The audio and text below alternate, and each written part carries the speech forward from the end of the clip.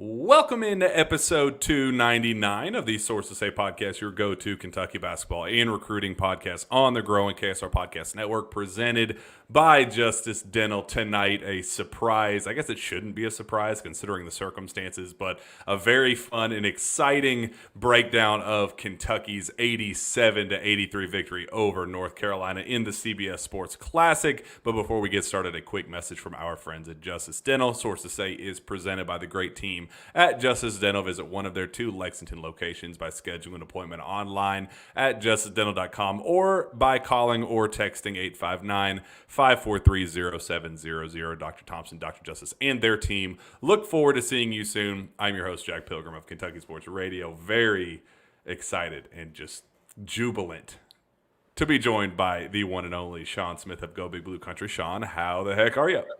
I'm fantastic. Kentucky picked up a big December win, something that had been missing in this part of the schedule for a while now against a ranked opponent, Jack. And, man, we talk a lot about quad ones. We talk a lot about resumes. Yesterday was the first step to kind of piecing something together in the non-conference. Are you good? I just want to be totally transparent. Like, this is what the one thing you've been waiting for so long. Like, are you in your happy place right now that you can finally be like, quad one, it's here, it's now. We don't have to like talk about what ifs anymore. We don't have to think of just the hypotheticals and all of that. Like, we can now tangibly discuss what a quad one looks like in December. Isn't it just beautiful? Isn't it exciting? Well, it was, the first thing I did this morning was tweet out where Kentucky went to in the net, and then tweeted out what their resume looks like with quad one wins and twos and threes and fours, and then what the schedule looks like currently with quad one opportunities. And the only reason I even lead with that is Kentucky just blew Miami completely out of Rupp Arena a few weeks ago, and then it didn't even reflect anything when it comes to resume. Like, Miami was number 8 in the country, and then they're not even nowhere near a quad one win. This one is in quad one. This is the first time they've got a win that is showing up as a quad one for the season. It's the first of what I think will be a lot more to come when they get an SEC play. So it's a big step in the right direction. It was a must win. It was a must win because the momentum that Kentucky has built since July, you could have lost some of it had they lost this one too, especially after losing a tight one to Kansas. This was the next checkpoint. Kentucky passed. They checked a lot of boxes. The freshmen stepped up, and we're going to have a blast talking about that tonight. 87-83 in Atlanta. I just literally walked in the door. It was a really, really, really long day of driving back from Atlanta. My wife and baby were in tow. First road trip with the baby, and he was tremendous except for the last 25 minutes. And once we got to the last 25 minutes, it was like, I am so damn sick and tired of sitting in this car seat. Get me out right now. So I still, my ears are piercing from the cries and screams. So, but it would have been very easy to just go home, get home, sit down on the couch for the first time in several days, and just soak in Sunday Night Football and say, you know what, let's push this back to tomorrow. But because of how it unfolded, the why behind all of this, we said, you know what, screw it. We got to break this thing down. We're back to the multi-game weeks where we got some time, and Louisville rivalry, all that stuff. That's a whole other conversation for another day. This conversation needs to happen right now.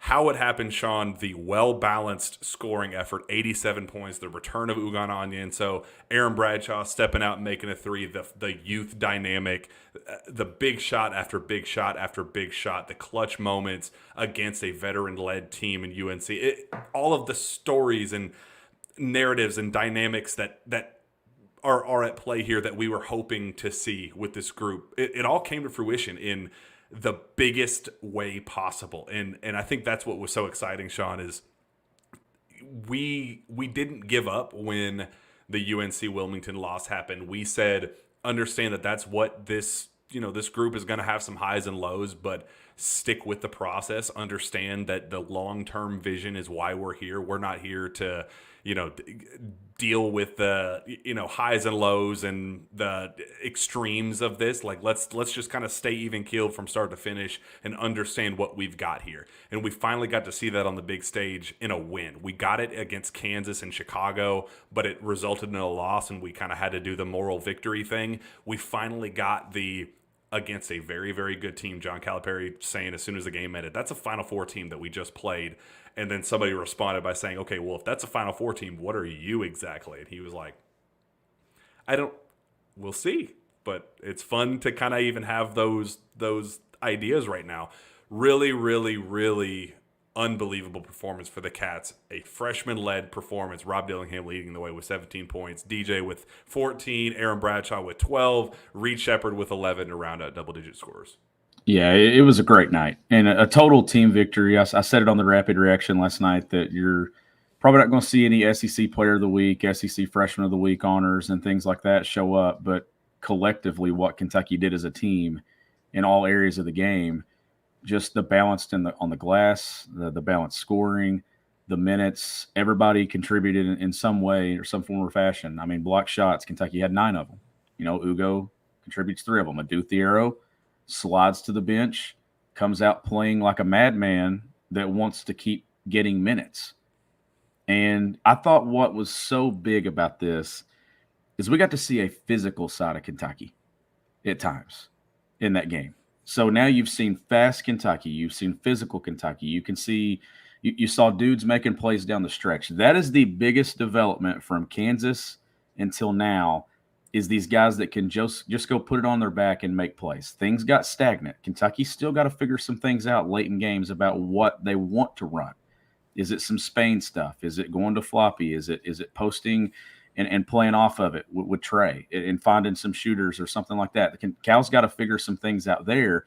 But when it came down to it, Jack, DJ beats a man to the basket, makes a play. Aaron Bradshaw comes up with an offensive rebound off a Rob Dillingham miss that North Carolina had just taken its first lead of the game. Kentucky gets it back, never gave it up. Rob Dillingham makes tough shots.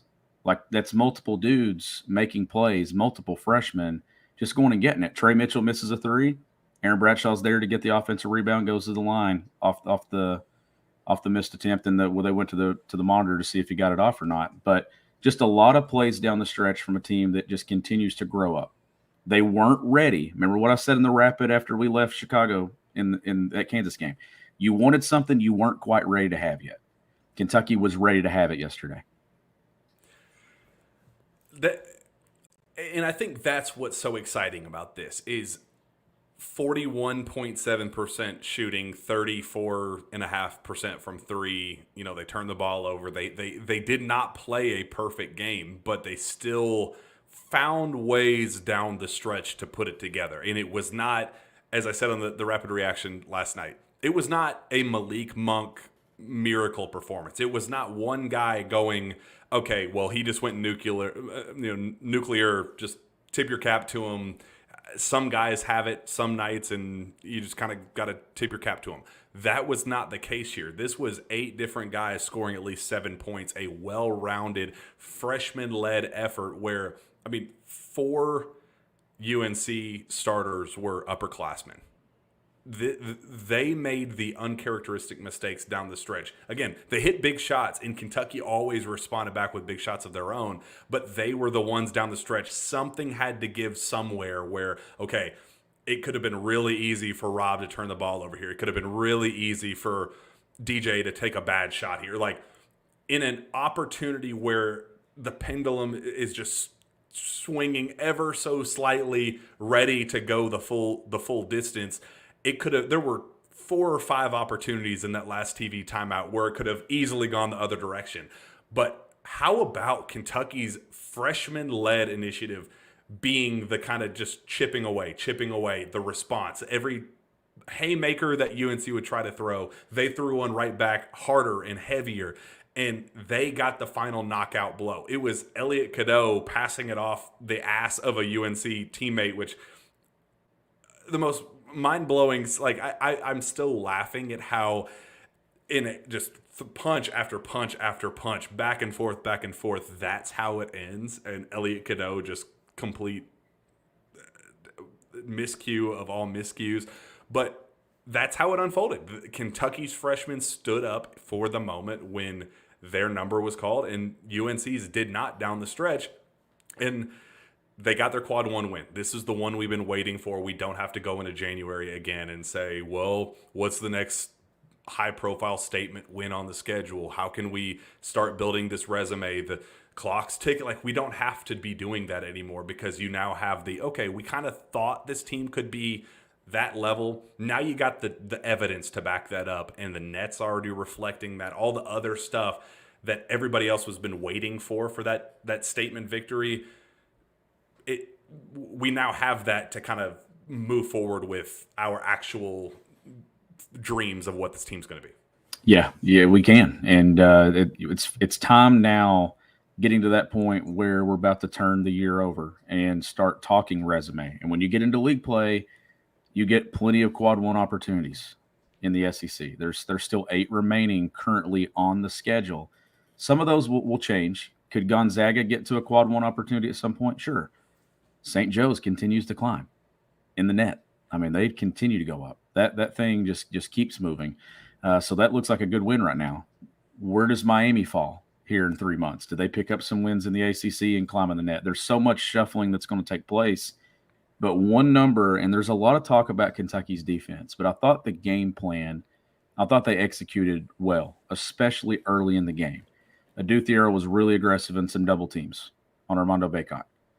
Kentucky played with some physicality on that end of the floor. Sure, they gave up a lot of points, but Kentucky made shots late. There's going to be games in the NCAA tournament that have final scores that look like that against teams like that.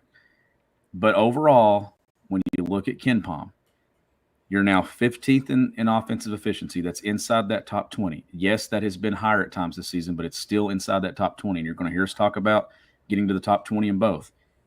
You look now, and defensive number is up to 44th in adjusted defensive efficiency. That is climbing.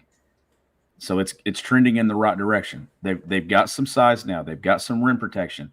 And the biggest thing with that rim protection, just having Ugonna in there or even having Bradshaw in there, it has allowed these guards to just kind of go all out even more. More pressure on the basketball, being aggressive guarding. You got some security now on the backside of it that is affecting shots. And there were some plays yesterday where Kentucky didn't get a hand on a shot, but they still affected it. Kentucky got up and got out in transition. It's starting to piece together now. The three-point attempts, what they get to yesterday, 24, 25 attempts. They made 8. So they're still making a high number of threes. They're still shooting a higher number of threes. A lot to like about yesterday. But the defensive stuff, I think, is going to continue to progress and come along, and you're going to see them continue to get better in that area. Huber Davis says after the game that the game was won in the trenches, and Kentucky was the initiator and the aggressor in that area. A plus 10 in the rebounding margin. That, considering where we were to start the season and the big gripes about this team, yes, the guards are who they are. We're going to have the scoring. We're going to have the playmaking and ball movement and all that stuff. But that was always the kind of the what if with this group. Do they have the aggressor to counter an elite rebounder like that? They did an okay job with Hunter Dickinson, but Hunter is kind of a beast of his own. Like, he was going to get his. It was just about kind of, can you neutralize him and not let him go God level? Like, you had to be able to throw something at him and slow him down, and I think Kentucky did a solid job of that, Trey Mitchell, but the situation just kind of was what it was. Now with 2 bigs back, it was about, okay, this is our first real test against a plotting, anchoring, kind of poor man's version of Hunter Dickinson. He can pass a little bit and kind of pretends to be able to make shots, but Armando Bacot is kind of the dinosaur big that the game is moving away from, and the reason why he's a 5th-year senior still playing college basketball. But he can still dominate the game in his own specific way. Kentucky holds him to 4 shot attempts, Sean. Like, 6 turnovers is special in its own right, but I think for him to not even be able to get the shots off because the game plan was so strong about just isolating him, taking him out completely, let UNC beat you with made shots, and you have a guy that's been shooting 25% on the year come in, make 4. Like, the situation just kind of was what it was there. But the game plan to make Armando pee down his leg and trap him on every touch and say, all right, we're going to make somebody else beat you, and it worked. The game was won in the trenches, as Hubert Davis said, plus 10 in the rebounding margin, 17 offensive rebounds. I mean, just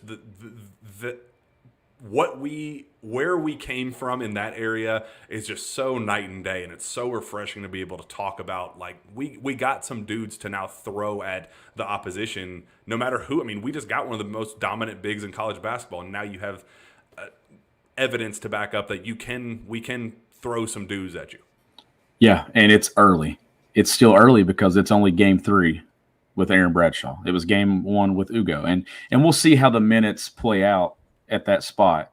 But Kentucky needed Ugonna yesterday, especially with Aaron Bradshaw getting in some foul trouble there in the first half. It needed the 9 minutes that Ugo played.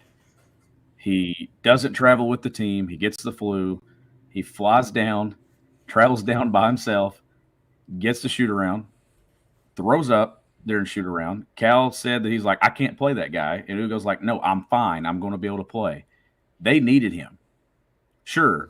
Like, when you look at plus minus, like, he had the worst plus minus, but he still affected the game. 3 block shots. Just being a big, being a presence and getting in there and being ready for that moment too. That's something that was the biggest thing about it. He was ready to help and contribute to this team. That's where the depth showed yesterday. Not just the depth of talent, just the overall depth of what they can play with and what they can throw at you. How many teams in college basketball have 2 7+ footers down there? Then you got Trey Mitchell, who was quiet, and in the sources say parlay, I picked him to go under 20.5. But he had a stretch of play in the second half where he was crucial with a couple of buckets, some big rebounds, some plays just through him. Everyone had their moment. It was Aaron Bradshaw that got Kentucky started quick. Ugo comes in, does his thing. Couple of moments in the game, Jack. Kentucky gets out to a 9-4 stretch there early to build some momentum and built the early lead that they held throughout the first half. North Carolina comes back, goes on a run to close the half off of a big swing right there, a 5-point swing off of Dillingham getting blocked and then the 3 the other way. But Kentucky answered when North Carolina tied it and goes on a 7-0 spurt of their own to start the second half. Starting both halves off with runs like that is what was the difference late, and where Kentucky went on another run to then put it away. And I do want to go back just briefly on Ugo and kind of share some backstory on how we got to this point. So I got a text Monday, I guess it was Tuesday early afternoon after his first practice on Monday. And it said Ugo was unbelievable Monday in his first full contact practice. Said, like, he was impacting the game in ways. And I texted our little group message and was like, do we buy this? Like, is this just kind of like, okay, development was already behind. We're trying to build some confidence internally and kind of like spread some whispers that Ugo is making an impact. Like, is it a personal thing, or are they just kind of putting out an agenda thing, or is he real? Like, is this real? And then Chuck Martin in I think Beyond Kentucky podcast with Cameron Mills says Ugo was pretty damn good in the first practice. And then Bruiser Flint in the practice in the media opportunity leading up to the game was like, we're excited to see Ugo make his debut. He was pretty solid to start this week, and we're going to see what happens. He gets sick midway through the week, and I hear like Friday leading up to the game, he is not with the team. He did not travel, and he's not playing. Like, they're like, we were excited to see him and kind of thought we needed him to throw at Armando just to have that physical presence. But as of Friday afternoon and going into the night, Ugo was not playing. And so for the situation to unfold the way it did Saturday morning, him showing up, going to shoot around, going to the bathroom and vomiting, and Cal basically saying, yeah, I am not playing this dude. And then Ugo having to say, nah, I got this. Trust me, I got this. And for him to make a positive impact, I mean, you can't even make this stuff up, man. Like, what a cool story. Ugo had no business playing in that game. He did not need to play in that game. Kentucky probably would have been okay, big picture, had he said, guys, I have the flu. Can I wait until the Louisville game? Let me kind of have an exhibition matchup to ease my way back in. You don't have to throw me in against a top 10 program. Like, for him to step up in that moment, given the circumstances, Aaron Bradshaw gets 4 fouls early in the second half. You kind of need him. And for him to be a positive, ignore the plus minus, for him to be a positive and make an impact given the circumstances, that's so cool. Like, he was the one guy that I kind of had concerns about fit and how he would just the system and how he would fit in with the offense. I thought he played great. I thought he looked great. I think there's a fit there, and he deserves props. He deserves credit for fighting through, and a lot of guys would not do that. And I told you earlier in the week that he would get an opportunity. He would get a look to see how he does, and he helped. He showed up. He contributed. Aaron Bradshaw early, though, man, that first segment, you got to see a lot of it. You got to see a made three, a rim run in transition for a dunk, and then the one area that has been missing, sprinting out of a ball screen or sprinting out of a dribble handoff and a lob and a finish above the rim. That is something that was missing on this roster, was the ability to throw the lob up to a big and get it and finish it. Now that's there. And that's another area now that Kentucky can beat you offensively. It can stretch you out and shoot the three. It has dudes that can get by hip and get a ball by hip and finish and make jump shots, play through contact. Now it's got the ability to play above you. That's really hard to guard and adds another element to this offense. I want you to put your coaching hat on with us for a second. The sample size is growing with Aaron Bradshaw and Trey Mitchell playing together, and we got Aaron's first start. And as you said, the first couple segments were terrific with Bradshaw. Talk about that fit together. There was a lot of concern, and Cal kind of threw his shot after the game saying, I thought everybody was had a big deal about us adding another big in, that we're going to be walking the ball up the floor now and our pace is going to dramatically change. How are you seeing this unfold with those two playing together? We had talked about their versatility and the playmaking, and they're both of them able to pass, dribble, shoot, basketball player, blah, blah, blah. But now back-to-back games of seeing extended time with those two together. What do you think of that pairing? And I think we also got a few extended runs of AB as the lone five with like Adu at the 4 and a couple different lineups there. But we're starting to see some lineup differential, and your thoughts on especially those two together. It really looks good, and Kentucky still runs good stuff when it's those two together. It's just it changes the way they are. I mean, obviously the rebounding and things. Trey was the one that had to adjust, not Aaron. Aaron didn't have anything to adjust to. Aaron was walking into just whatever it was, like whatever the idea or the plan was with him. It was Trey that had to adjust, and you saw some turnovers at times. I think he maybe had 3 versus Penn. He had 2 yesterday. He was still trying to figure out, okay, how do I play now?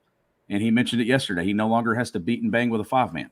He's now guarding perimeter guys and things. So I love it because even when they're in there together, you still see 5 out. You still see driving lanes. You still see spacing. Aaron now hitting a couple of threes and getting that on tape. You have to step out with a hand up. You have to step out with a hand up with Trey. They're going to get more comfortable and things too, but the biggest thing is who they put around when they go with those 2, 4, 5. The guards that they got on the perimeter can still stretch you out, can still make plays off the bounce, can take a guy and play in space. That's the reason it's working. It's the spacing at 1, 2, 3 to go along with their spacing that they create at 4, 5, and you get bigger and better defensively. You get bigger and better on the glass. So the ability to still be able to play the way that Kentucky wants to play, but also adding the guy that can play above you, that's a big deal. And you're going to see Kentucky's defensive numbers continue to get better, I think, as they get in elite play, just because of the size that is now added. The rebounding. I mean, they dominated North Carolina when it comes to that area of the game. And it's a completely different look. Like, we've seen Kentucky change kind of who they are so many times over the course of the last couple of months, from being really, really small to now having a lot of size and still being able to kind of shift and go small if they need to. Adu, to me, I know we talked about it, when it comes to role that we expected him to slide. He was the guy that slid out of the starting lineup. I think that will stay that way. But he is so big in big-time games. That's another big-time game that he came out in the first half and just played like crazy. I mean, he was all over the place. He does that, Jack, then you know you can go to him. And you know you can get big minutes from him, some scoring, some rebounding, some defensive energy, some physicality. That's a guy that did not want to give up his minutes. That's what you want. And that's what competition does within their own roster. You have to fight for everything you get, and these guys are going to have to. Let's talk about that, because we had said on the show, and it's true, Adu was the odd man out in the dynamic. The internal conversations of Aaron Bradshaw is coming back, who is going to have to take on a lesser role because we are introducing a new piece. It wasn't to say Adu was going to play 0 minutes because of this. It was just going to say you are no longer going to play 25, 30 minutes a game. Something's got to give somewhere. The minute distribution, the math, there is an actual math to it, and it's going to result in you having to take on fewer minutes. But part of that was also trusting the process with Justin Edwards, that he was going to slowly but surely kind of trend his way up, where by season's end he was going to be the top 5 pick that a lot of national analysts kind of pegged him to be. The issue is Justin Edwards, I guess plateaued is probably the best way to put it, but he is just not building up. Very limited in what is in his bag right now. He has the 1, maybe 2 dribble pull up from the mid range. Has had a couple very strong finishes around the rim. Very limited as a dunker, kind of the athleticism that he's a 6'7" long athletic wing. The athletic part, he really hasn't been that up to this point, but you expected him to kind of just keep building up and up and up. And Cal is not going to give up on him. We've talked about that. It's not going to happen. But one thing I will give credit to this staff for is when you see in a game like this where you got to ride the hot hand, you got to kind of build on momentum. You can't just force a square peg into a round hole, which was Justin Edwards at times. They rode Adu Thiero to the finish line and let him kind of blossom up, and that's kind of how this team is going to have to be. Justin is going to have his moments. Cal said on Monday that he was going to have a 30-point game at some point, and he's going to. Justin is going to be fine. He's taking a little bit longer than I think everybody is hoping, but I respect and appreciate Cal's ability to look at it from taking a step back and looking at it and saying, I'm not worried about draft status. I'm not worried about this or that. I'm focused on winning this game, and Adu Thiero was the winning basketball player in that matchup against UNC. I thought he was going to be the perfect complementary physical piece to throw at Harrison Ingram. I thought that was the one guy that I was kind of scared of in that matchup because I didn't know if Justin was going to be up for that one-on-one battle. Adu, I thought, thrived in that matchup, and really just in his time on the floor, as you said, when push came to shove, a guy that was on the outside looking in of the starting lineup and was trending towards seeing fewer minutes, even in 17 minutes, 7 points, 2 of 4 shooting, hit a 3, 4 blocks, 2 assists, did everything that you ask of an Adu Thiero. The sky's the limit with him. The future is so bright with Adu, maybe even sooner rather than later. Cal said the only reason why people aren't talking about him as a top 10 pick is because he can't shoot yet. That takes time, that takes practice, that takes reps. He is proving that if you just put your mind to it and stay in the gym and lock in, you could be that type of guy. And he rose to the occasion. It kind of feels like a trend with him that he does it in big games. So I'm going to go somewhere with this here, with this direction. And this is not a negative thing at all. This is all a positive thing. And then I'm going to circle back and try to explain what I'm getting at. So when you look at minutes yesterday, the 3 freshman guards played the most minutes in the backcourt, even over Antonio Reeves. And I think I said it on here maybe in the preseason or maybe early in the season that at some point Antonio Reeves didn't need to be one of Kentucky's 2 or 3 best players. He's not. And that's okay. Like Rob, DJ, Reed, the upside from those guys it's higher. But here's where it all comes into play. This is a better version of Antonio Reeves than what we saw a year ago. Sure, the numbers don't show up right now. Like he had 9 points yesterday. He had the ball in his hands a lot last year, and guess what? That was not a good thing for Kentucky when it comes to what the roster looked like. I want to see Antonio getting back to being that sniper from 3-point range, that guy that just knocks down shots and can get hot in a hurry. Aaron Bradshaw, Reed Sheppard, Rob Dillingham, DJ Wagner, those are Kentucky's dudes, but it is allowed now, Antonio, and I think this is going to happen in league play, to kind of key in and do the 1 to 2 things that just make him elite, that separate him and other teams just don't have. Make shots and cook and get hot. Let these other dudes close games and make plays down the stretch, and he's going to hit a big 3 in some moments for Kentucky in closing minutes. It's just the balance overall with what Kentucky has. It has allowed guys to be who they are and who they've been for their career. And I think that you're going to see the best version of Antonio Reeves down the stretch. And you're also going to see that Kentucky's got guys that they play through late, and Antonio plays off that. And that's what's going to make Kentucky really hard to beat when it matters. It's a pressure thing. Antonio Reeves was the only dagger thrower on the team last year. That worked against itself because Antonio was tremendous last year, 6th man of the year, accolades, stats. He was awesome.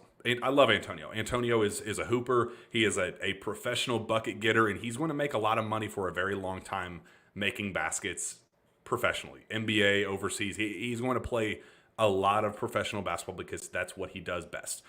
But there's also a pressure aspect of this where when he was the only dagger thrower last year, if he wasn't making the dagger shots, then the team crumbled around him.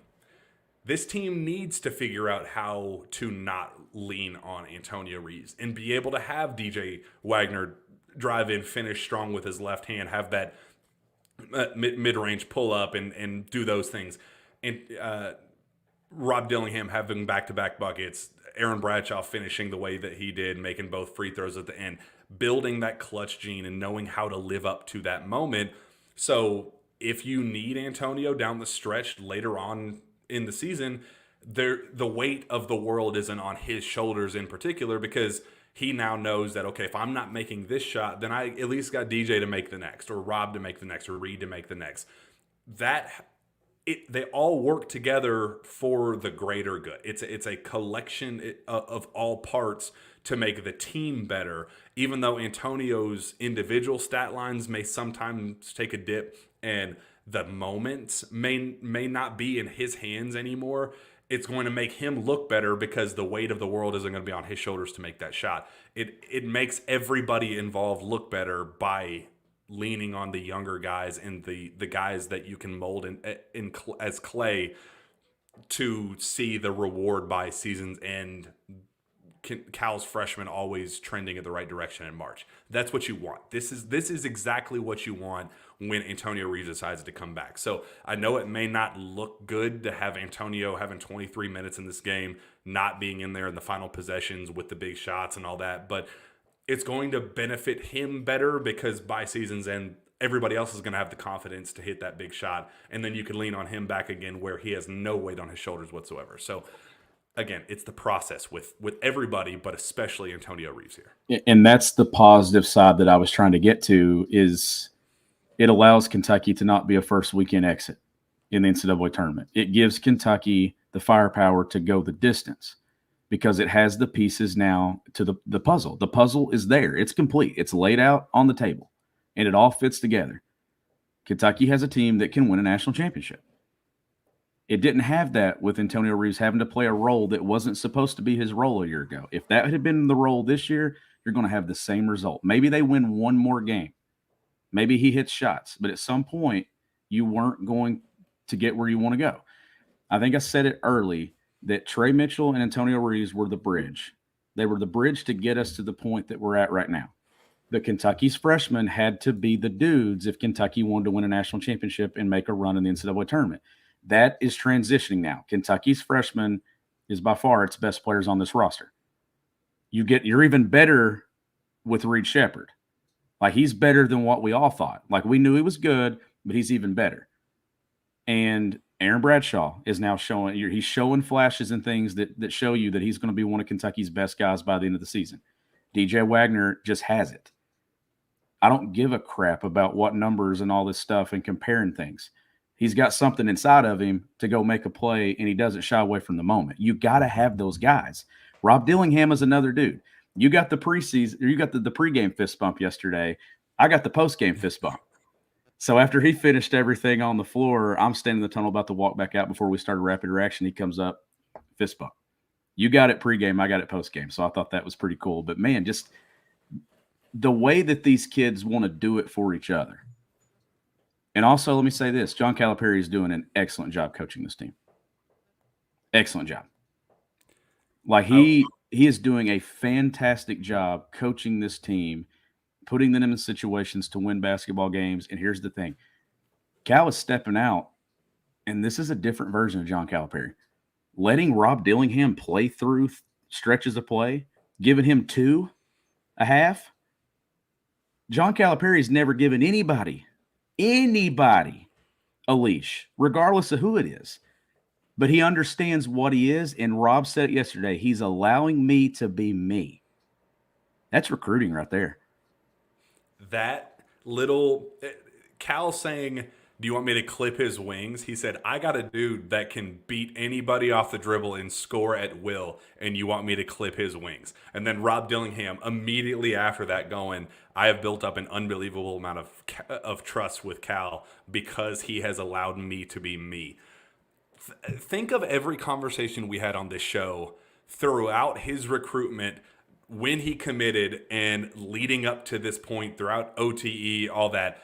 How many times we came on this show and said, this ain't going to work, man. I'm here to tell you right now, this is not going to work. And I remember vividly saying on this show after leaving Peach Jam, leaving the EYBL event, every single time I said, Rob Dillingham is my favorite player to watch. I have an absolute blast watching him play. He is a dog. He is a must-see TV, as entertaining as it gets, but he is not a John Calipari player. Cal is going to rip his hair out and hate coaching him because he is one step forward, 8 steps back with some of the decisions that he makes, but they have gotten the best out of each other. Cal has never had this type of freedom and a leash this long with any type of player that has erratic tendencies, ever. Not a single time. But Rob Dillingham has also never played this way. Rob Dillingham has never played winning, structured basketball and understanding that you can be a pro. I like that quote that Rob gave, Sean. He said, he is teaching me how to be a pro. He's teaching me pro-like tendencies. NBA teams will laugh at me if I try to go to a workout and play the way that I did at OTE, play the way that I did on the EYBL circuit, previous stops, Combine Academy, all that. He needed to figure out how to play structured basketball. He had not ever done that before in the entirety of his basketball career. But Cal also had to have the freedom and flexibility to allow him to get the best version of that. So they are working together in ways that I never thought was possible, and they both deserve credit for that because it is on paper an unlikely and wrong match. I just don't. But as you said, for recruiting purposes, Cal now has this in his back pocket to say, remember how I coached Rob? You remember how fun that was? Remember how awesome that he was? He came in not even as a projected first-round pick, and now he's going to be a lottery pick because he's a freaking dog and can hoop, and he's a professional bucket getter. Go be like Rob. It's the pairing has been so refreshingly beautiful.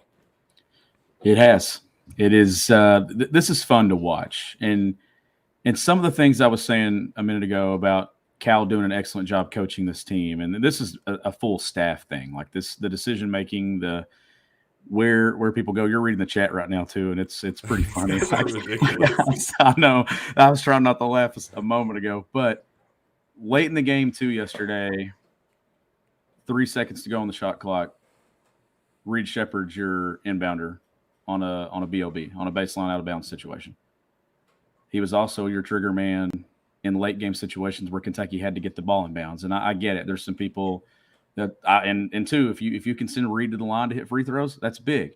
But the most important thing is to get the basketball in bounds. And you're putting a high IQ guy who makes decisions. And we watched him, me and you, when he was in high school, throw darts from like 70 feet to guys. He sees the floor well. He's going to make the right play. Cal, trust him. That's important. That's step number one. And they get it to these other guys. The only adjustment that I could see possibly being made at some point, if let's say Reed's in foul trouble, or let's say actually not foul trouble, let's say Reed's fouled out of a game, I could see Trey Mitchell being the inbound guy that Kentucky goes to in some late game situations, because I think that's another guy that Cal trusts. It goes back to Cal has options, and you're smiling again. So they keep making fun of me because I can't keep a straight face. I'm weak. I can't help myself. I'm sorry. Yeah, make fun of me. I get it. It is what it is, dude. This is ridiculous. I do want to share something that was very cool in the middle of a game, of the game. I got a text from an NBA decision maker in the middle of the game asking about Reed Sheppard. And it was, I've been asked about Justin, I've been asked about DJ, I've been asked about Aaron. The draft guys we've talked about, I've talked about with different, like, everybody knows that those have been draft guys and have been on draft boards for a really long time. So the NBA teams know a lot about all of them, and there's not a whole lot more to dig into with them. And for the first time through all of this, having an NBA team ask you about Reed Sheppard and what his personality is like, what is he like off floor? Do teammates like him? Is he a good dude? Is almost like, is everything that we're seeing real? Like, or there's got to be a catch here. For those questions to come in an understanding on the NBA side that this is a legitimate NBA prospect. This is not just a heat of the moment excitement guy that he's had a couple good games in big moments and we're just kind of like building around the momentum and pretending that he's a legitimate draft No, he is a draft prospect in 2024, and the only reason why he would not go to the draft is if NIL became a like whoa situation for him to come back. He's a first round pick. Reed Sheppard is a first round draft pick, and it was just cool to have them dig about him for a change, because we all knew about everybody else, and Reed was the kind of, well, I kind of hope that he puts things together. Maybe he's a difference maker. But for him to make the plays that he did, as you said, Cal put him in those last final seconds because there's a trust factor there. And there's going to be a trust factor there in the NBA. There's going to be a trust factor 10 years from now with an NBA team that takes a chance on him because he is a sure thing. I remember having the same conversations about Case and Wallace.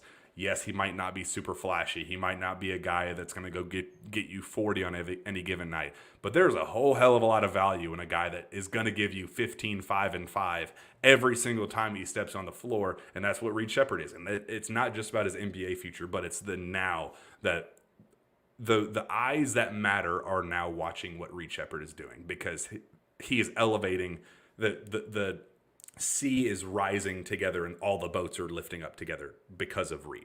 It's just very refreshing to see him in that moment, getting the steal on Elliott Cadeau, going down, hitting that dagger 3 in his eye, and just the crowd going crazy. It's like he's built for this moment. And it's just very, very cool that the eyes that really matter are starting to notice too. Yeah, it is. And that's why I'm all about eye test. Pass the eye test. Reed's passing it.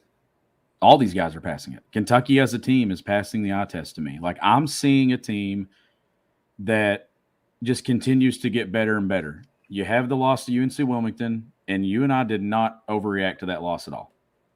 I don't think even the fan base itself, I don't think was a massive overreaction. I think everybody kind of understood like this was tough today. Kentucky didn't make shots down the stretch. They didn't have DJ Wagner. You saw the importance of having him. You're working in Aaron Bradshaw.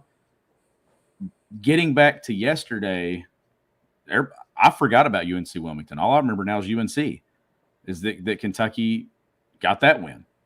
So what Kentucky's done here in the non-conference, and we did it in our preseason predictions and stuff, we were talking about what would the record be in those big 5 games. I said 4-1. And here you are. Louisville's still included in that. And I am not worried about Louisville, but worried that maybe Kenny rallies them a little bit and they play with nothing to lose in that game. But Kentucky needs to be the one to come out kind of with a chip too and just bury them in a rivalry game. Like there's a lot of emotion in this game coming up. But we've seen this team play with passion in big moments. I've seen enough to know that I think they're going to be perfectly fine and I think win a big game easily against Louisville. But, man, I just love this team. I love the boxes that they've checked. I love that everything that we've talked about since July is kind of happening now, and it's all coming together. The will Bradshaw play, will he not play? He's playing, and he's playing hard. I mean, he wants to be out there. Ugo's back. Still waiting to see what happens with Z. But John Calipari's got a team. We'll see where they move into the AP poll. Let's keep watching that net move around a little bit here and see what happens resume. Let's keep watching Ken Palm. Just overall, man, what Kentucky's doing right now. And they can beat you in so many different ways. But you're seeing the difference is when it gets late, they got guys that can go make plays. Rob Dillingham yesterday with his inside hand finish, just beating a dude off the bounce and getting to a spot and just doing it. That's hard to guard. DJ Wagner, hard to guard. Like, what do you do if you're the other team? Like, Kentucky's got a good group. And a lot of people have been telling us that we deserve whatever happens, this run that Kentucky possibly goes on, me and you, since we've been doing this show together. We've not had postseason success. Man, I'm not wanting to wish away any of this season because I'm having a blast right now. I don't want to race to March. I want to enjoy every moment that happens between now and then. Bill Deaton says, which freshman throws the DeMarcus Cousins elbow out the gate? Is it kind of sad that I don't think that the game will be emotional enough for that? Like, I'm ready for this rivalry to get back to those days where it was like you counted down the minutes. Like, it's just kind of sad that game is on Thursday and everybody is talking about, man, if Kentucky blows out Louisville, is that the Kenny Payne goodbye game? Like it used to be more emotional than this, and it's just kind of like, I'm excited for it. Obviously, I'm going to be at Yum, and it's going to be a great time. But I don't know. It is just kind of off that the emotions aren't there the way they should be and have been in the past. So I don't know. It is different. Lance Brooks says, what percentage of Yum will be blue? I think it should be, give a realistic percentage. Like, is it fair to say 60%? I was going to say 65 to 70 because I still think a lot of Louisville fans will show up. It's Kentucky. It's Kentucky. If there was one game for them, yeah. But there will be more blue in there than there has been for any of these matchups with Louisville in the Yum Center. There was also somebody asked earlier about what was the fan kind of breakdown like yesterday. I want to say 50-50. I really do, because I think that's what it was. 17,000 plus, and I think it was dead even. I mean, you got a lot of North Carolina fans down that way. It's North Carolina Duke when you get to that part of the country for college basketball. And there was nobody in that building for Ohio State UCLA. Nobody.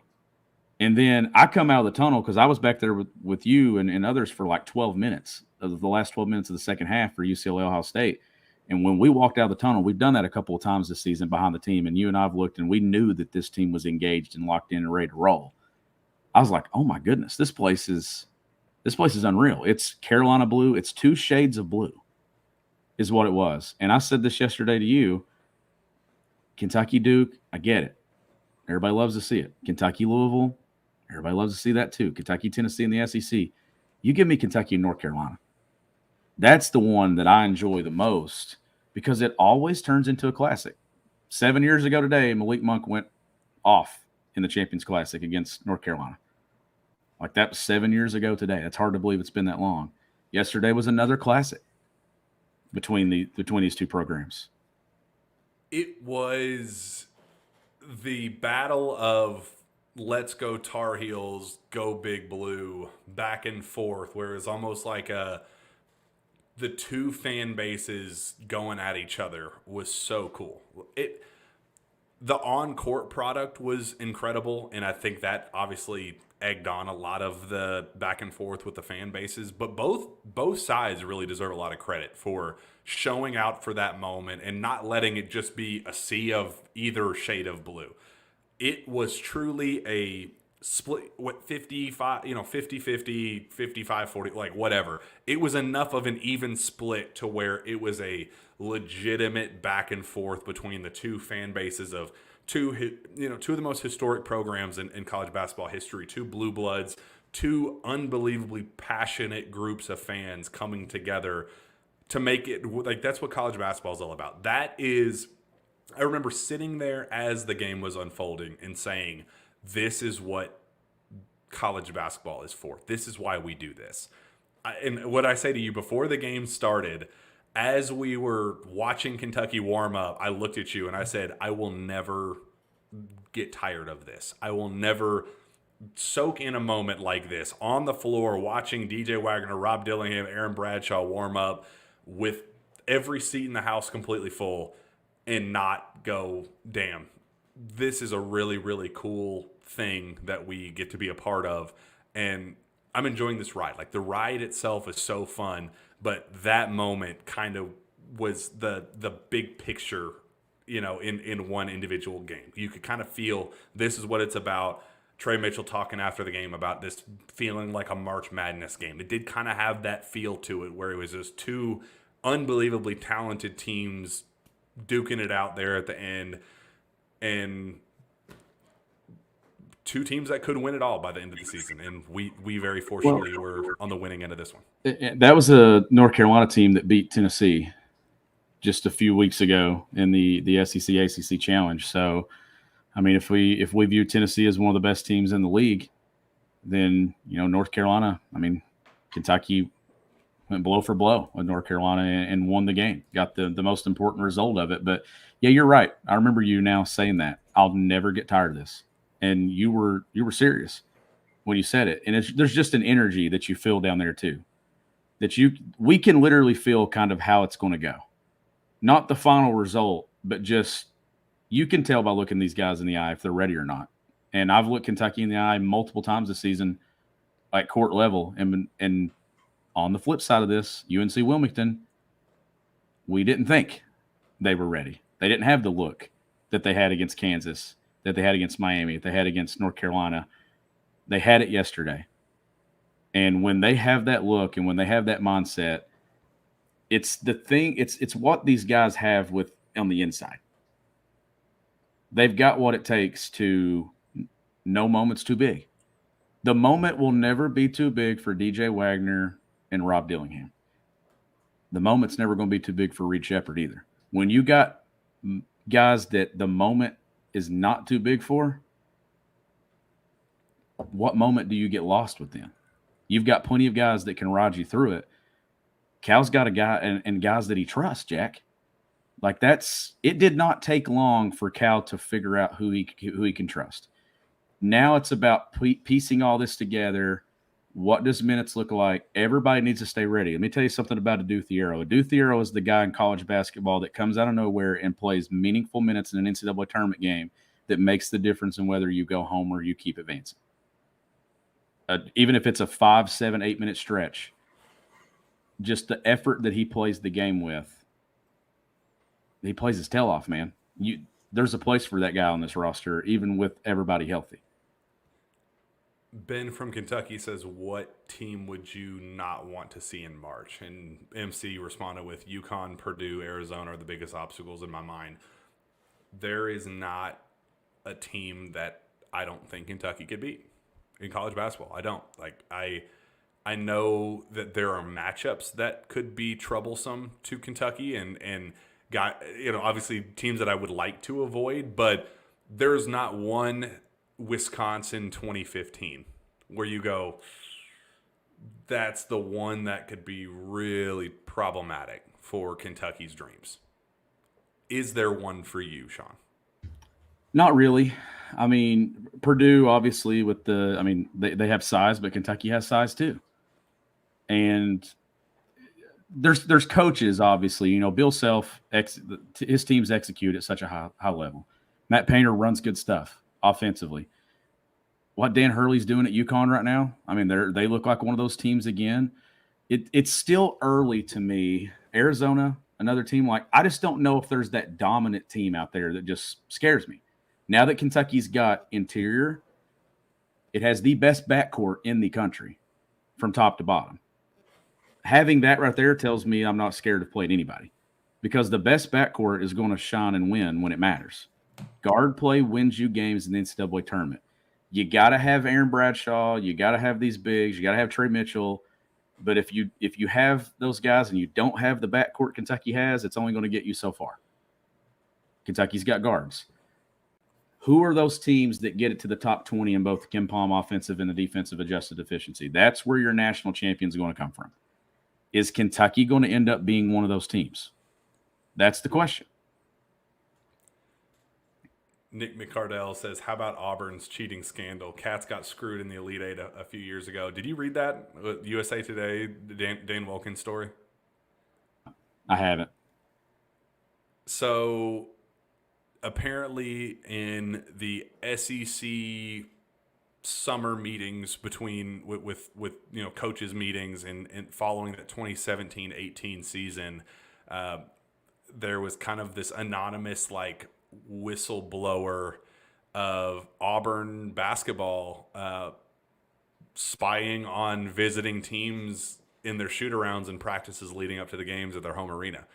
And I got a text after that report came out about it was six teams accused Auburn of spying on their practices leading up to games at Auburn's arena.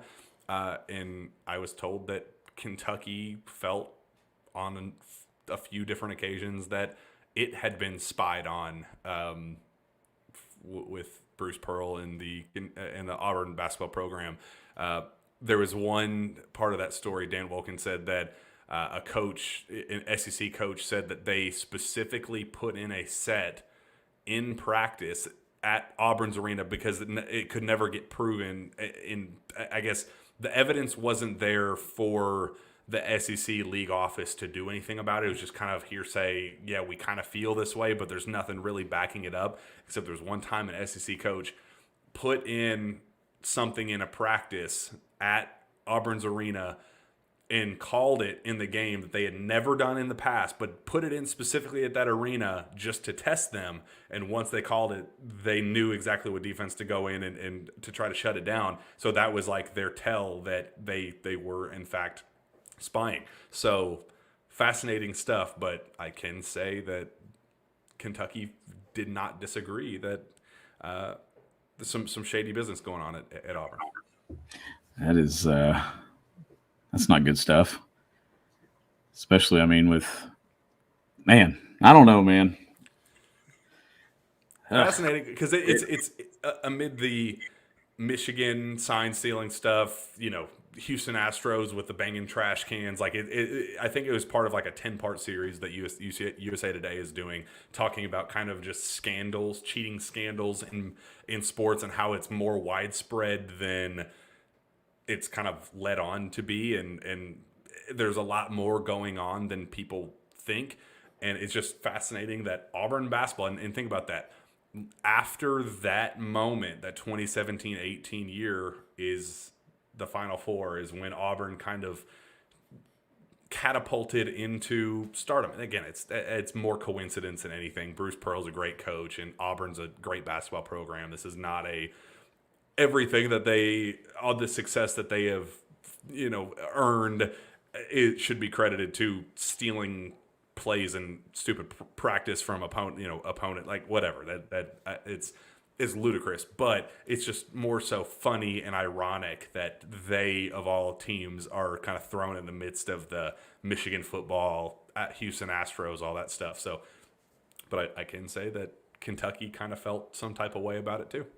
I mean, yeah, and you should, right? Like if you're not doing it, there's an advantage there. So yeah, that's interesting stuff. Kentucky plays Auburn, one time on the schedule this year. February 17th. And they go to Auburn. And that's one of those quad one opportunities that I was talking about in the beginning of the show when it come down to the schedule breakdown of it. But, back to Kentucky and what they're doing here and stuff. Like I told you this on Rapid, and if everybody listened to the Rapid reaction, and even if you haven't, go back and listen to it because we gave our immediate takes, for 13, 14 minutes yesterday, which you can find on the KSR YouTube channel as well. But I was standing in the tunnel yesterday, and Mitch Barnhart comes through, has a big smile on his face, and goes up to Will Barton, and everybody's celebrating. He goes, "It's been a while," and it was the relief in his voice when he said it. Like, man, it was like it's been a while since we've won one like that.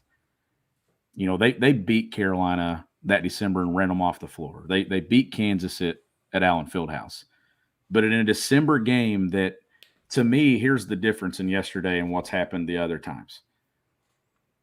They've won big games. They've beaten Tennessee at Rupp. They've won at Thompson-Boling Arena. But there were so many moments early in the season the last few years where people were just trying to buy in to what it was going to be.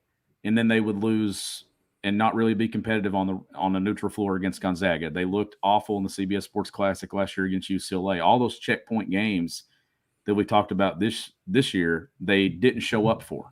They didn't come through in those moments. So yesterday felt like another one of those, man, I'm really believing in this team, and I really need this win to really push me all the way in. All the chips are in now. They got it. And it keeps the momentum going this way within this fan base that I actually think there's a lot of fans last night that went to bed. There were people that regardless would have thought Kentucky could win a national championship.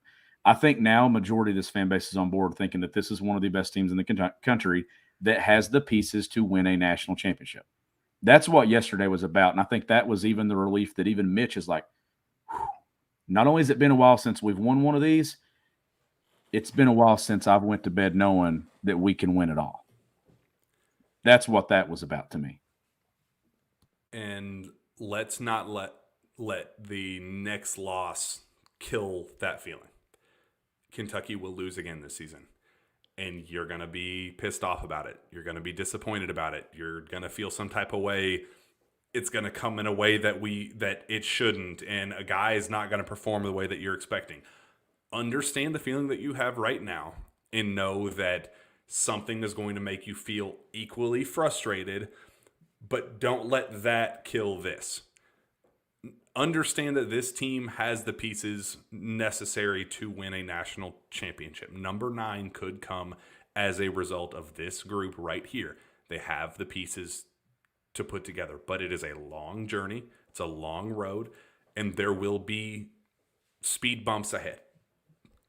That was always the case. That was part of the back and forth that we had. We're not going to flip the way we felt with UNC Wilmington and say, it doesn't matter as much as you guys are making it out to be. Calm, keep calm. It's not that big of a deal. Relax. And then on the flip side, when a big win happens, say, full steam ahead.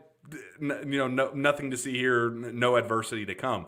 There is going to be future adversity. This team is going to have to still overcome things. They will lose a couple more games.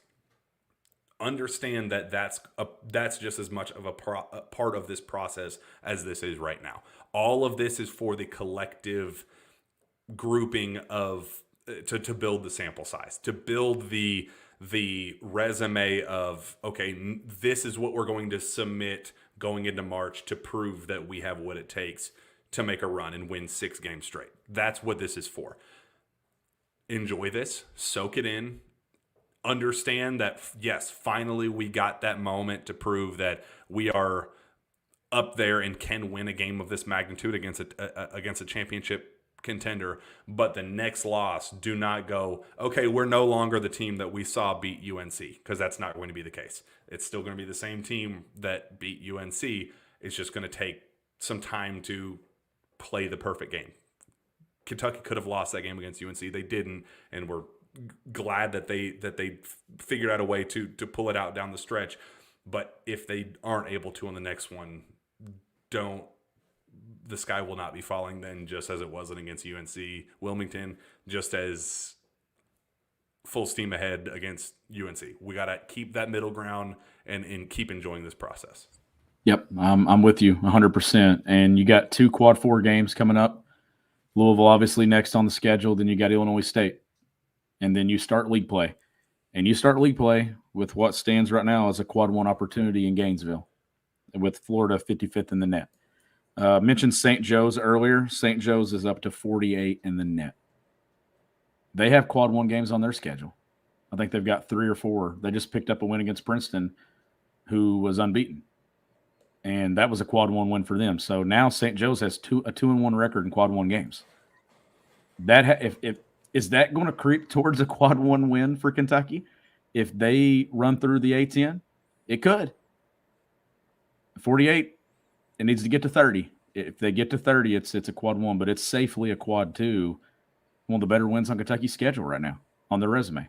But you got some games coming up in league play here where you can really start stringing together some Q1s and doing some stuff. But you got a rivalry game coming up. You better be locked in for it. And I don't expect a letdown. I expect Kentucky to be even more amped coming into this one than they were against Carolina. Yeah, we'll see how it goes.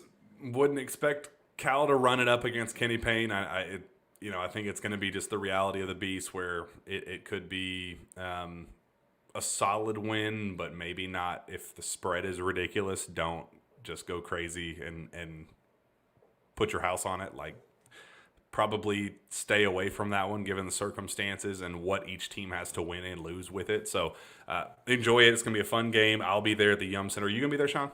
We play at 4:30 on Thursday in Louisville, so I won't be able to make it over to the Yum Center in time. You might be able to get there like second half.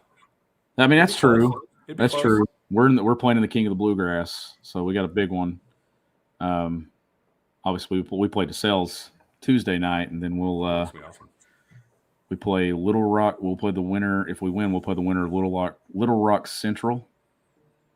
Very good player, committed to Missouri. Boateng out there, like, it's top. Yeah, so he's on that roster, and then Chicago De La Salle.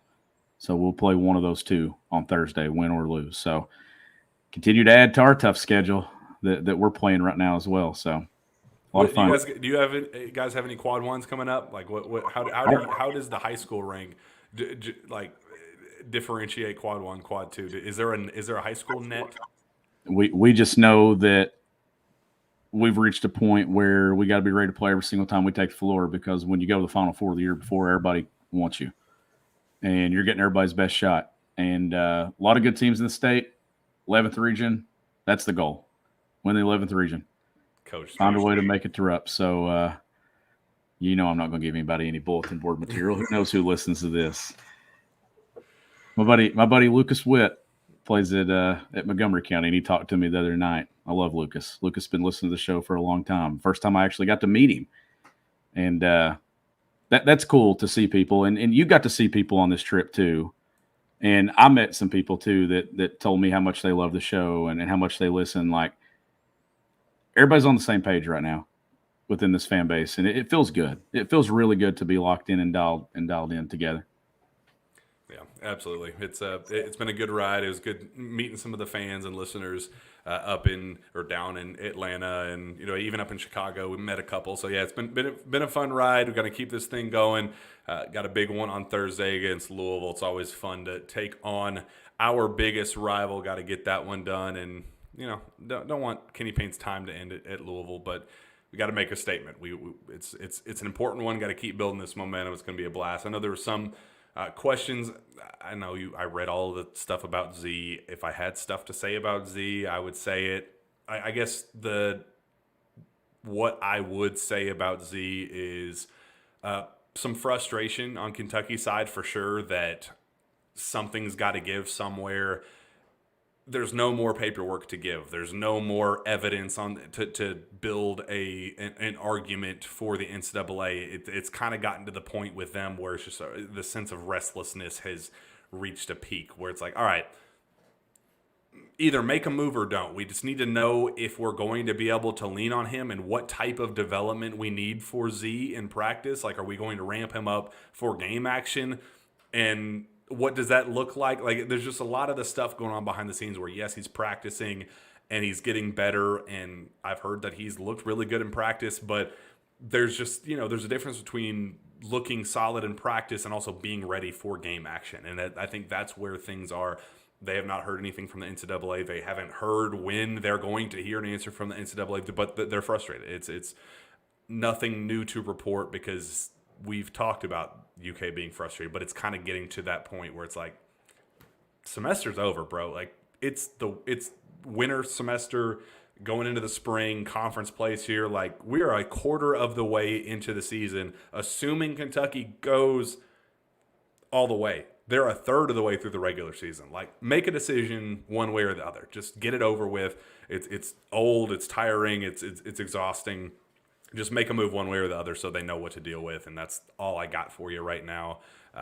But when they have to give an answer one way or the other, they can't just sit there with a thumb in their butt and say, okay, season's over. Oops, we kind of forgot about you, Z. They have to give some type of answer. So hopefully we get some clarity at some point soon. And all I can say is let's see. And that's what was so frustrating. And that's what was so frustrating that it took so long to get him here. Is because you could have got a head start on this process that's now taking place. But we have nothing right now. Like, I mean, all we have is Kentucky's adding 7-footers as we move along. They've got 2 of them. That's 2 more than they had 2 weeks ago. So we'll see. But it's coming together. We'll see what happens. Like, there's a lot of basketball to be played, but Kentucky's in a good spot. Couple questions about VJ Edgecombe. Rumors VJ is UK's to lose. Hope you're right. Anything on Edgecombe? I have heard and said on this show, but especially on KS Board, if you haven't subscribed to KS Board, come on, man. What are you doing? KSR Plus is the place to be. We have talked extensively about VJ Edgecombe and my personal thoughts on whether or not Kentucky lands VJ Edgecombe. I still feel very good about where things stand with Kentucky. It's not a done deal either way. He has not made a decision. I'm not going to say Kentucky has landed him or Duke has landed him or Baylor has emerged as the dark horse and they are in position to land him. But I do know that there was a time where Duke thought it was locked up and VJ made it very clear that it was not locked up, and the assumption of that kind of rubbed some people the wrong way, and it kind of forced Duke to go back to the drawing board and say, okay, well, we haven't closed on this guy. We got to do that.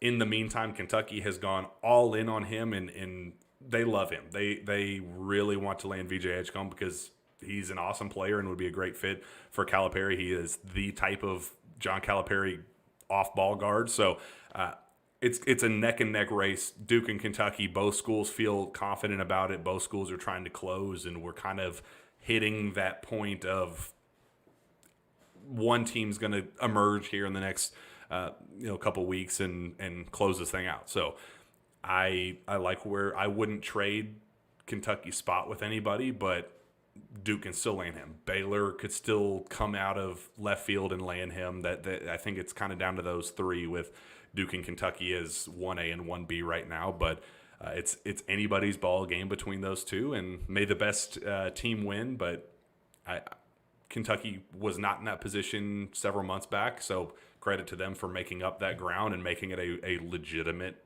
back and forth fight. So we'll see where that goes. Plenty of recruiting stuff to get to. A lot of fun, updates and stuff. We got a lot of show to do in the future, and we don't have to turn this into a 3-hour show. So let's keep knocking out these shows. Let's keep building this momentum forward as Kentucky takes on Louisville on Thursday afternoon. Sean, let's go ahead and get out of here because it's 10:30 on a Sunday night, and I got to go to bed because I've been in the car all day long, and I need it. Where can fans find your work, Sean? You can follow me on Twitter at GBB Country. Find me on Twitter as well at Jack Pilgrim KSR. Go on and subscribe to KSR Plus right now, where you can get all of that stuff that we just said in verbal form, in written form, way before anybody else gets it. It's a blast over there. Come talk to the KSR gang. We have a lot of fun game threads, inside scoop, intel. It's just the best. So make sure you go do that. Right now, great special going on with signing day for football. So you do not want to miss that. With that, we will be back next time for another Jam Packed Sources Say podcast. We will see you then.